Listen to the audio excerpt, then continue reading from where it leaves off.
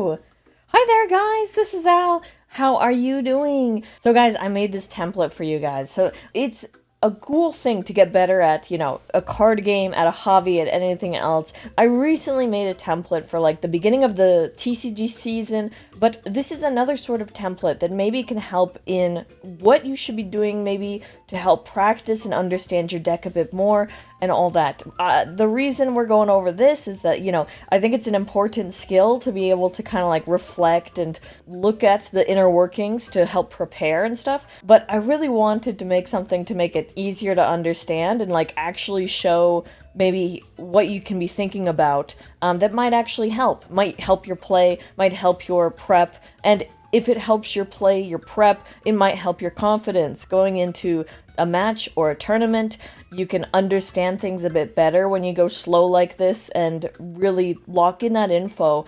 And then going through stuff also helps you identify the weaknesses or knowledge gaps maybe before facing the real thing. You'll still need to get, the play in, the reps in, but this can be a good approach if you want to like start here first as well to help further understand this stuff if you can answer the questions, and I'm excited to show. So this first part, let's go ahead and go into it. This is also going to include my little mock-up that I did. We can go through it together with Chien Pao EX. I kind of have a goal of wanting to maybe win a like locals tournament or something with the deck before it rotates out, and I think this is a good way to go about thinking about it, especially when it's kind of obscure and not really meta and stuff, you know what I mean?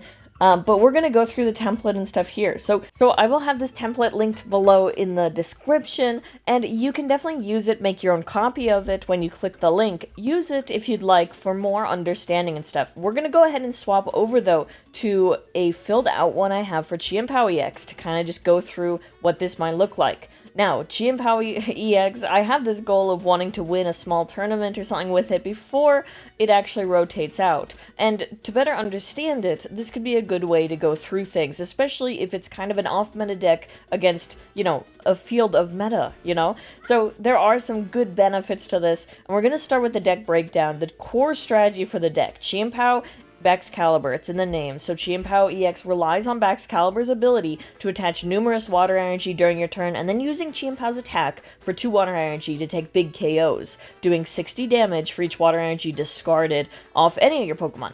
So Chien Pao also has a nice ability built in, Shivery Chill, that lets you search your deck for 2 water energy every turn if it's in the active spot. So that is kind of, you can understand the synergy there and what's going on. We're going to be attaching a lot and then going. Now, what's the ideal plan going first and what's the ideal plan going second? Going first and second does matter, and, you might hear that often, but how do you actually, like, determine if first or second is better? It's probably just going to be testing and just working it out here. So I think that Chien Pao prefers to go second.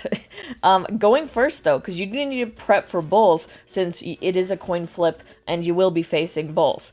Going first, get stuff on the bench, and I'd like to get anything I don't want in the active out of the active, but sometimes that's not always possible. But, there is a Ditto in the deck, and it's ideal when I can start with that and then go into Chien Pao to then maybe Shivery Chill as well, just to have some more cards in the hand to use later, some resources, stuff like that. But going second is the primary thing I'm looking for, so that I can use the Petrol engine with the secret box. I can search out Petrol, and I can have some numerous tool cards like Rocket's Receiver to do that.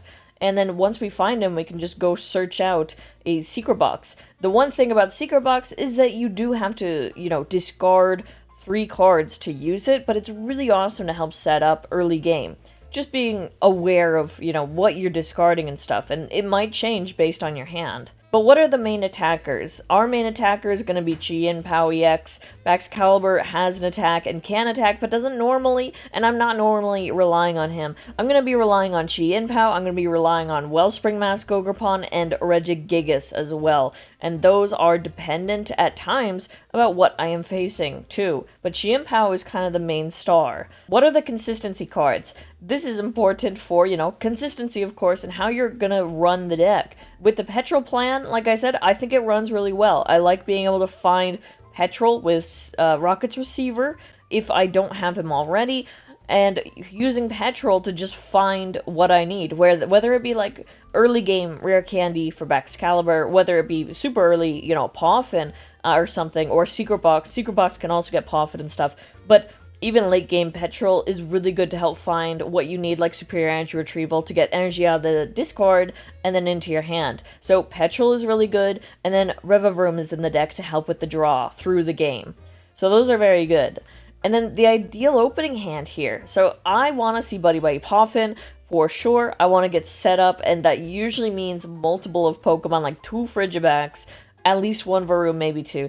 And then finding Ditto as well, if that play is available. If I am able to, maybe I can take my Nest Ball to go find Ditto, or a Buddy Buddy Poffin if I have an extra one as well from like Secret Box, or just one. We can start to get that stuff. And so ideal opening hand going second would probably be like a receiver and or, if we don't already have the petrol or the Secret Box. But I think that's important for setup stuff, and it's really good. I really like using the petrol Secret Box.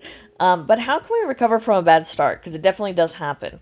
So Iono and petrol are good. I only run like 1 Iono, I think, and then Secret Box early can help with the resources, but, I think that's also a big gain, because if we can play Petrol to find Secret Box, and then we can play Secret Box, we can get like a Buddy Buddy Poffin, we can get a TM Evolution to use as the attack early on to help things get moving. We can also use the Stadium card, the Rocket's Factory. Since we use Petrol, we can use Rocket's Factory to draw 2 cards, then we can just also get petrol for the next turn, or an Iono or something. It's really nice. So I think that one's important. I can also, focus on getting Revavroom up. Revavroom's the other engine, and that could be something. Now, the second part is going to be the matchup analysis part, and this is probably what you think of when you think of really looking into the deck, because it's not just about how the deck works, it's really going to be how it interacts with the other decks as well. That's really important. So these are really good to think about.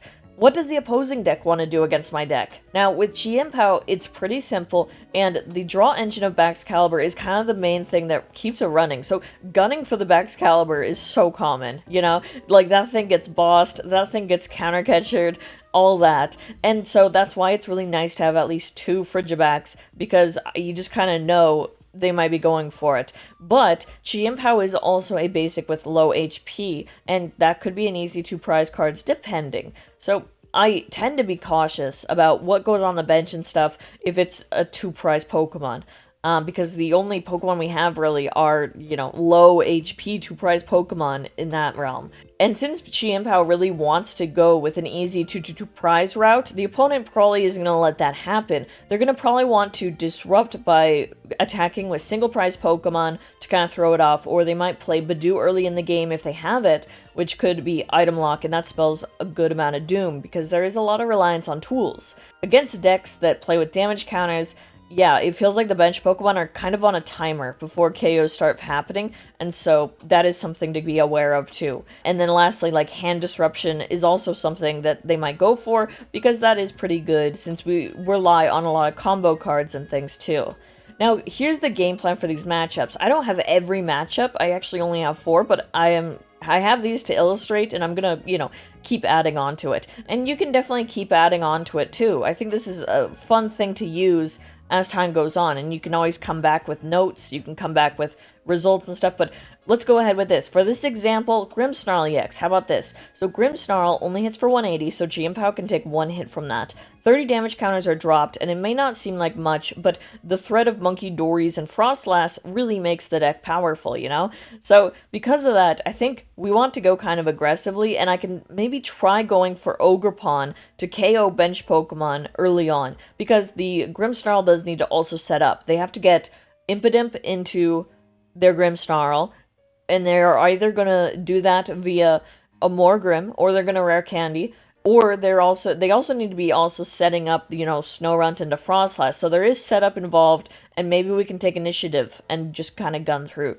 So then we can take care of it. It is high HP on Grimmsnarl, but I think taking care of it again is like, that's like a big attacker, big guy gone, and that's going to take 6 energy, and, if we already have some in the game and whatnot, or we've already taken one down, like, we can always just do clean Chien Pao Shivery Chill for 2 from the deck, and then a Superior Energy Retrieval to get 4, so Yeah, and it's also good to know that if you see Frostlass, the ability is going to be hitting Chien Pao, Excalibur, Pheasantipity, and Rev of Room. Why did it get cut off? Here we go.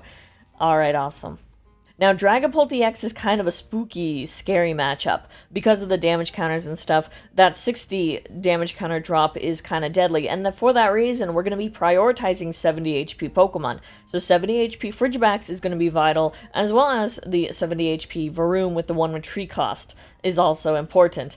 Now, although Dragapult also has to be setting up their Stage 2 Pokemon, over on our side, yeah, we're going to be trying to do that too. But we need to be maybe going aggressive and fast, and later considering Regigigas. So Regigigas is it can do 100 damage for 4 energy, and if it's a Terra Pokemon, it's KOing or attacking, it does an extra 230, which can one-shot Dragapult. So just being aware of who to use in the beginning and who to use in the later game is important. I kind of want to maybe work with Wellspring Ogerpon and then later eventually get to, wrapping it up with our single prize Pokemon maybe. This is all stuff to, again, it's ever evolving, test it out, take notes, all that. I would say so. So Raging Bolt EX, it's similar to Chien Pao, but it's doing 70 per energy discarded rather than 60.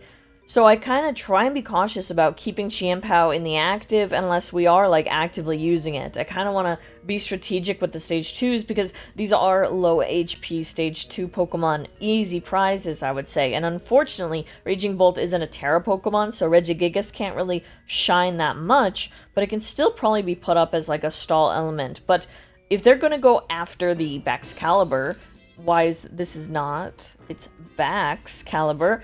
If they go after Baxcalibur and Revavroom, which are the engines of the deck, which they might want to, then it is going to be a little slow because they are single prize Pokemon.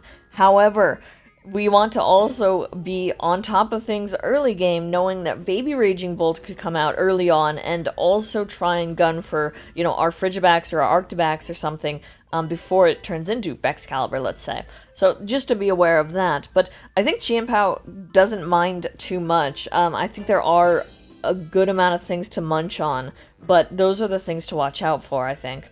Now with Gardevoir, like I said, I kind of want to play probably a little aggressively, getting our resources, our Pokemon down, 2 Frigibax, 2 Varoom. I kind of know that, 1 or 2, they're going to be targeted, I would say, and having some sort of backup is nice so that we can have something, so they don't get wiped out. And maybe early on, Wellspring Mask could be used to KO early Ralts and Kirlia, potentially. And then knowing that, we have potential Monkey Dories that could be coming down and then wrapped up with Screamtail for the bench and stuff, it's important to be aware of things. I just think we're on a timer, for sure. We have to go fast kind of thing, and then try and might as well go after Gardevoir. Sometimes it's got, it's high HP. Chien Pao can definitely hit it, but we have to be able to sequence things correctly to get that much energy. So it's going to be important, but if we can take away Psychic Embrace and stuff, that might give some Screeching Halt a little bit, but it's going to be tested and worked on. It's continuous, like I said, you know what I mean? So yeah, but it's just good to have some ideas put down, some reflection and whatnot. So what are the key cards for my deck and for my opponent? So for my deck, I'm seeing things like Baxcalibur needing to get up fast. Rare Candy used to be used a lot more to speed it up, but nowadays, item lock is more prevalent with Badoo and stuff, and now Jellicent's coming, so we can't just rely on Rare Candy. Therefore, we have Arctibax in the deck, we also have TM Evolution in the deck to help speed things up as well. That is necessary in the early game, and then in the late game, the key cards are going to be energy recursion cards, because we are discarding energy when we attack. We need to be able to get that energy back to attack again, you know what I mean? And so superior energy retrieval is very important. Sometimes games do come down to those, and just having enough energy, having access to it, super rotting stuff, getting Shivery Chill down, all that stuff comes together. For my opponent, if they play Badoo, they might seek that out early on in order to stall, because item lock can be really rough for our side of the deck. Getting Baxcalibur is more difficult potentially. And then if they play Shaman, finding Shaman is probably going to be a key card in the beginning for them to get, so that we can't use Wellspring Mask Ogerpon to snipe the bench, unless Shaman gets dealt with. Mid to late game, though, counter catchers are always possible if they are behind, and they can cherry pick KOs, they can grab the Baxcalibur, they can grab Revavroom, stuff like that, so gotta be aware of that. Hand disruption cards can also be impactful, Iono Judge, even just Unfair Stamp can be deadly at times, so stuff like that. And then even just a Stadium Bump could be sometimes what they might look for, because I use Rocket's Factory, they might seek out a different one to then cut off my draw from that as well. So what's the ideal prize trade? As previously mentioned, Chien Pao loves 222. Basically, it's not going to be that easy, but we're going to try, you know? Going after EX Pokemon's great for that. Sometimes you do need to take those single prize KOs, though. Especially, like, early game, it might be good, too. Early game, Chien Pao, with its attack, can discard an energy or two, and then hit up to 120, and that kind of works if they start with a Pokemon with low HP, and then maybe we can make it up elsewhere. But, you know, if we also want to use Wellspring Mask Ogerpon, we can get that 2 prize card turn if we go after something in the active spot for 100 damage to KO it, and then doing 120 on the bench. If we can do that early on, I think that's an easy 2 prizes too. And then there is a boss in the deck which can help with the prize trade as well, getting 2 prizes, stuff like that. So how important do I think going first or second is with the deck? I'm going to say second is pretty important. I find a significant difference when I play first versus second, because I have a stronger game plan using Petrol second. And so, like, that's kind of my conclusion. I also don't want to get item locked. I kind of want to take that option away from the opponent so they can't just itchy pollen. I just want to at least be able to have my attacker at least play Poffins, play other cards too. So that's why I think it is pretty important going second. Tech cards, what tech cards are considered and how does it help the matchups? I don't know if Regigigas is considered a tech. I guess you could, because it is in there for Terra Pokemon, the big Terra matchups, and specifically, I mean, Dragapult DX is the main Terra matchup. So if you consider that, I think that would be one example. It's in there for that purpose, and if we aren't facing stuff, it can be kind of cumbersome to have. So maybe that. I don't think I have other tech cards right now. Alright, now this next part is on decision making and reflection. So it's nice to, again, reflect on games you've played or events you went to or tournaments you went to and stuff and whatnot. I think for this, there are questions, and I kind of answered some here, but really, I think it would be nice if you would be able to put down, like, the date of your event, and then you can go into detail with that. And maybe you can do that with each event if you'd like a league challenge, a cup or something. What did you struggle with? You can talk about specific examples that came up in your games, stuff like that. I think I was drawing back some ideas from when I was, you know, sometimes sequencing is that's the difficult part, the discarding stuff. So like with this deck, you definitely need to discard a lot. With Secret Box, you have to discard 3 to use it. With Ultra Ball, you have to discard 2 to use it. With Superior Energy Retrieval, you have to discard 2 to use it. And we're using this stuff multiple times, just not Secret Box, but like Superior Energy Retrieval multiple times. And those are usually the decisions I struggle with sometimes, just kind of really trying to map out the sequencing. So that's an example. But like I said, I think this is more beneficial when you have an actual event that you went to and can actually talk and pull examples from that. You can talk about mistakes you did and why, really start to think about it. You can ask if you followed your game plan, how things felt, what could you have done differently, how did RNG impact the match, could have been mitigated. I know that sometimes with TCGs, it does come down to RNG at times, but it's not mostly, it's not like all luck, but you know, it's good to ask, could it have been mitigated? You know, could I have sequenced in a different way? Could I have done a different thing, like to where your opponent didn't get that needed thing? You know what I mean? It's all stuff like that.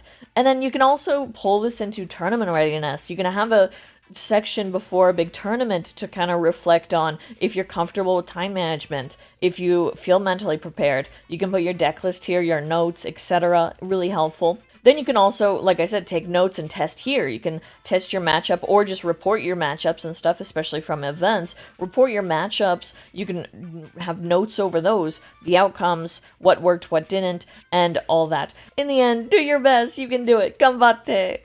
Yes. So yeah, I think it's a fun resource that I hope might be useful for some. I kind of enjoyed filling it out. I like being able to like slow down and kind of think about what my deck is doing, what the game plan is, and I find it does really help with confidence in being ready. I think that, at least personally, I feel more ready when I have understood more. And this is one way to help me understand more things and get thinking about my deck, but also think about what I might encounter. So yeah, I hope you enjoyed. I know this was kind of like a short little video about this, but I will have it linked in the description if you find it interesting or helpful. Hopefully this helps. But thank you so much for watching. If you want to look at a recent tracker I did for like CP for tournaments this season, I also did a video on that and have a template for that. If that's of any use, I hope to keep making some content on decks and things. We just got, Black Bolt White Flare is just about here. Really awesome stuff happening. If you like to support, liking the video and leaving a comment is super helpful. Subscribe for more if you want to stay in the loop. I have a Discord you can join as well. And if you want to support even further, I'd be so grateful. A membership, or there's other options in the description. But above all, thank you for watching. I really, really appreciate it. I hope you enjoyed and this could help. So yeah, thank you so much. Hope you have a great day, and I hope to see you next time. Bye-bye!